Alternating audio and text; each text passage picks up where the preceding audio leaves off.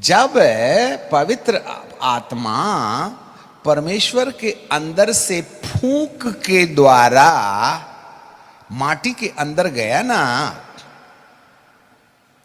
तो जैसे वो अंदर गया तो उसने बोला, आए मनुष्य की आत्मा और मनुष्य के प्राण जल्दी अंदर आ जाओ। और मनुष्य के प्राण और मनुष्य की आत्मा जल्दी से अंदर आ गई। तब वो जीवित प्राणी बन गया। ठीक है। और जब वो जीवित प्राणी बन गया तब जो है मनुष्य के जीवित हो जाने के बाद पवित्र आत्मा, ध्यान दो, पवित्र आत्मा मनुष्य के आत्मिक मन में ईश्वर का स्वभाव डालना शुरू कर देता है। और ये इस शर्त पर होता है जब आदम इस बात को अनुमति देता है। आदम का जो भौतिक मन है, मटेरियल माइंड है, वो अंदर रहने वाले पवित्र आत्मा को वेलकम करते हुए कहता है, I sweet holy spirit, O my God, please reveal your attributes unto my nature in my attitudes. तेरा स्वभाव मेरे अंदर डाल।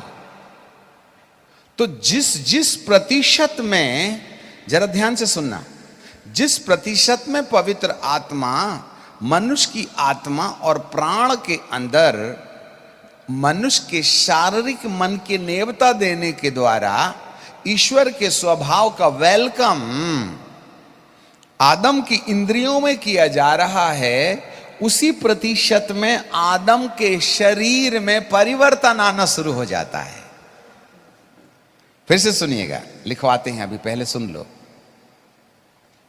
और आदम का जो मट्टी का शरीर था, जब मट्टी का दिमाग और आत्मा का दिमाग दोनों की दोनों पवित्र आत्मा के सानिध्य समर्पित हो गए, और शारीरिक मन और आत्मिक मन दोनों ने मिलकर के पवित्र आत्मा को वेलकम करते हुए कहा कि जिस तरीके से आप हमको तोड़ना चाहते हैं तोड़ो, मोड़ना चाहते हैं मोड़ो, जो बात आप बोलते हैं हम उसको स्वीकार करने के लिए तैयार हैं।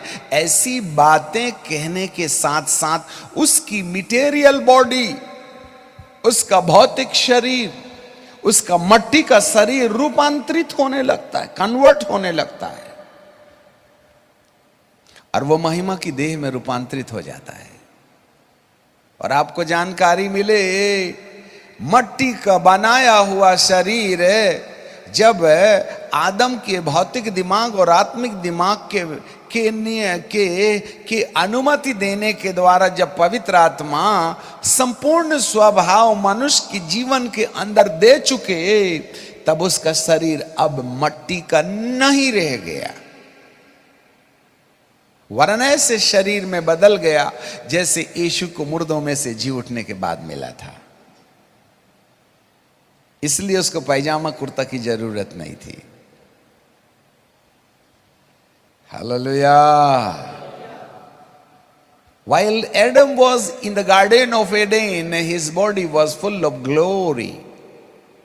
He was wearing the glorious body in his life. That's why no need to be any clothing and covering item. उसको अंग ढांकने की आवश्यकता नहीं थी, क्योंकि ग्लोरी उसके चारों तरफ थी। वंडरफुल। इसलिए वो नंगा रह करके भी लजाता नहीं था। और इसी शर्त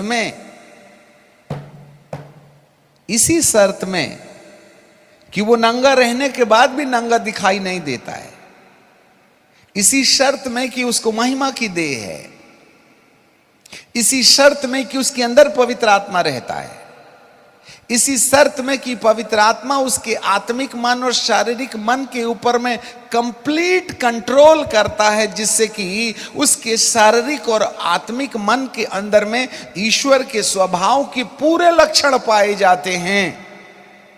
इस कारण से वह अदन के बगीचे के अंदर रहने लायक था। That's the reason the Adam was worthy to live inside the Garden of Eden, otherwise by get out from the Garden of Eden. एक बात कान खोल के विश्व के लोग सुन लीजिएगा, यदि यही हरकत हमारे साथ में नहीं हुई कि पवित्र आत्मा हमारे अंदर नहीं, हमारा आत्मिक मन और शारीरिक मन पवित्र आत्मा के नियंत्रण में नहीं, जो हमारे तन को मरणहार शरीर को अमर शरीर में बदल सकता है, यदि हमारे शरीर को अमरता नहीं मिली, हमारी आत्मा में पवित्र आत्मा नहीं रहे, हमारा आत्मिक और शारीरिक मन पवित्र आत्मा की अधीनता में परमेश्वर के स्वभाव में परिणित नहीं हुआ, तो सपना देखना बंद कर दीजिएगा कि यीशु आएगा और तुमको साथ में आसमान में लेके जाएगा। आपको जितने रकम का बपतिस्मा लेना है ले लो। यीशु के दूसरे आगमन में मुर्दों में से जी उठने का सौभाग्य केवल उस व्यक्ति को मिलेगा जिसकी देह रूपांतरित हो गई है, और देह के रूपांतरित होने का रहस्य पवित्र आत्मा है, और पवित्र आत्मा के रहने के साथ साथ वह पवित्र आत्मा को अपनी आत्मिक और भौतिक बुद्धि के ऊपर नियंत्रण दे कि आपकी आत्मिक और भौतिक बुद्धि पवित्र आत्मा के नियंत्रण में परमेश्वर के स्वभाव में रूपांतरित हो जावे। इसी शर्त पर यीशु के आने के टाइम पर तुम्हारा मुर्दा जिंदा होने वाला है। चाहे आप सीएनआई हो, जाकोबाइट हो, मेनोनाइट हो, पेंटिकॉस्टल हो, वॉट एवर यू आर, चाहे भूत निकालने वाले हो, चाहे आप दर्शन देखने वाले हो, चाहे भविष्यवाणी करने वाले हो, यदि आपके मेरी आत्मा के अंदर पवित्र आत्मा, मेरी आत्मिक और भौतिक बुद्धि पवित्र आत्मा के नियंत्रण में आकर के परमेश्वर के स्वभाव में यदि बदल चुकी है, तब तो आप मान के रखिएगा कि प्रभु यीशु मसीह के दूसरे आगमन में हमारा मुर्दा जिंदा हो जाएगा।